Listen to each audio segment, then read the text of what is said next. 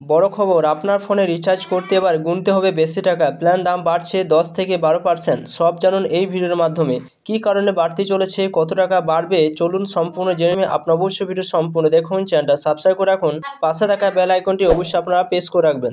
প্রিয় দর্শক বন্ধুরা, বড় ধাক্কা খেতে চলেছেন, আবার বাড়বে মোবাইল রিচার্জের দাম। এখানে যেটা গত বছরে জুলাই মাসে মোবাইল রিচার্জের দাম কিন্তু বেড়েছিল। রিলায়েন্স, জিও, এয়ারটেলের মতো টেলিকম সংস্থাগুলো তাদের রিচার্জ প্ল্যানে 11 থেকে 23% পর্যন্ত দাম বৃদ্ধি করেছিল। আপনারা জানেন যে গত বছরে কিন্তু রিচার্জ প্ল্যান কিন্তু বেড়েছিল, তো এবারে কিন্তু বাড়তে চলেছে। কত শতাংশ বাড়বে সেটি সম্পূর্ণ আপনারা এই ভিডিওর মাধ্যমে জানতে পারবেন। বছর ঘুরতে না ঘুরতে ফের একবার রিচার্জের খরচ বাড়ানোর পরিকল্পনা টেলিকম সংস্থাগুলো, অর্থাৎ আবার কিন্তু সেই রিচার্জের পরিমাণ বাড়ানোর কিন্তু চিন্তাভাবনা করছে এই টেলিকম সংস্থাগুলো। তো কত শতাংশ বাড়বে বলা হয়েছে যে সবার জন্য দুঃসংবাদ, আবার বাড়তে চলেছে খরচ। দামি হচ্ছে মোবাইল রিচার্জ প্ল্যান। কত বাড়বে? শোনা যাচ্ছে যে 10 থেকে 12% মোবাইল ট্যারিফ বাড়াতে পারে। তো জানতে পারছেন যে আগেবারে বেড়েছিল 10 থেকে 23%, এবারে কিন্তু 10 থেকে আবার 12% কিন্তু আরও বাড়বে।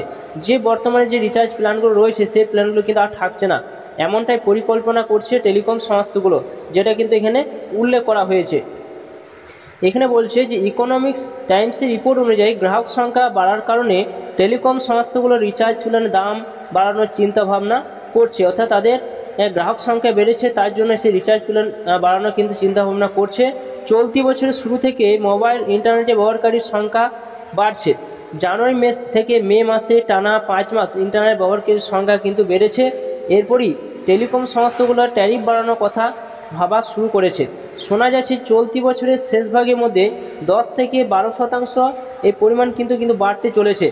অর্থাৎ বর্তমানে যে রিচার্জ করেন, ধরুন আপনি 349 টাকা রিচার্জ করেন, সেটি কিন্তু 390 টাকা কিন্তু হয়ে যাবে, যেটা কিন্তু অনুমান করা হচ্ছে। এছাড়া যেটা বলা হয়েছে যে গত বছরের জুলাই মাসে মোবাইল রিচার্জের দাম বেড়েছিল। রিলায়েন্স, জিও, এয়ারটেলের মতো টেলিকম সংস্থাগুলো তাদের রিচার্জ প্ল্যানে 11 থেকে 23% পর্যন্ত দাম বৃদ্ধি করেছিল। বছর ঘুরতে না ঘুরতে ফের একবার রিচার্জের খরচ বাড়ানোর পরিকল্পনা টেলিকম সংস্থাগুলো। এছাড়া বলা হয়েছে 5G ইন্টারনেট তার গতি, ব্যবহারের সময়সীমা ও মেয়াদের উপর নির্ভর করে এই ট্যারিফ বাড়াতে পারে, যেটা কিন্তু শোনা যাচ্ছে। এছাড়া বলা হয়েছে জল্পনা শোনা যাচ্ছে এবারে ট্যারিফ প্ল্যানগুলো আরও একটা বড় বদল করা হতে পারে। বেসিক রিচার্জ প্ল্যান, যার অন্তর্গত ডেটাও হয়, তাতে এবার কাটছাঁট করা হতে পারে, অর্থাৎ দৈনিক বা মাসিক ইন্টারনেটের প্যাক কমিয়ে দেওয়া হতে পারে। এর ফলে গ্রাহকদের যাদের সারাদিন ইন্টারনেট প্যাক সারাদিন ইন্টারনেট কাটে, তার অতিরিক্ত ডাটা কিন্তু তাদের কিনতে হবে, যেটা কিন্তু বলা হয়েছে।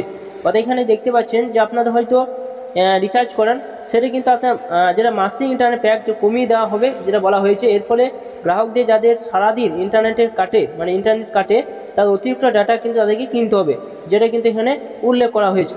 অর্থাৎ যেটা বলা হয়েছে যে মে মাসে টেলিকম সংস্থাগুলো বিপুল লাভ করেছে। তাদের মোবাইল ইউজার সংখ্যা 1.08 ট্রিলিয়নের কাছাকাছি পৌঁছেছে। রিলায়েন্সের জিওর অ্যাক্টিভ ইউজার হচ্ছে 5.5 মিলিয়ন, অর্থাৎ 55 লক্ষ বেড়েছে।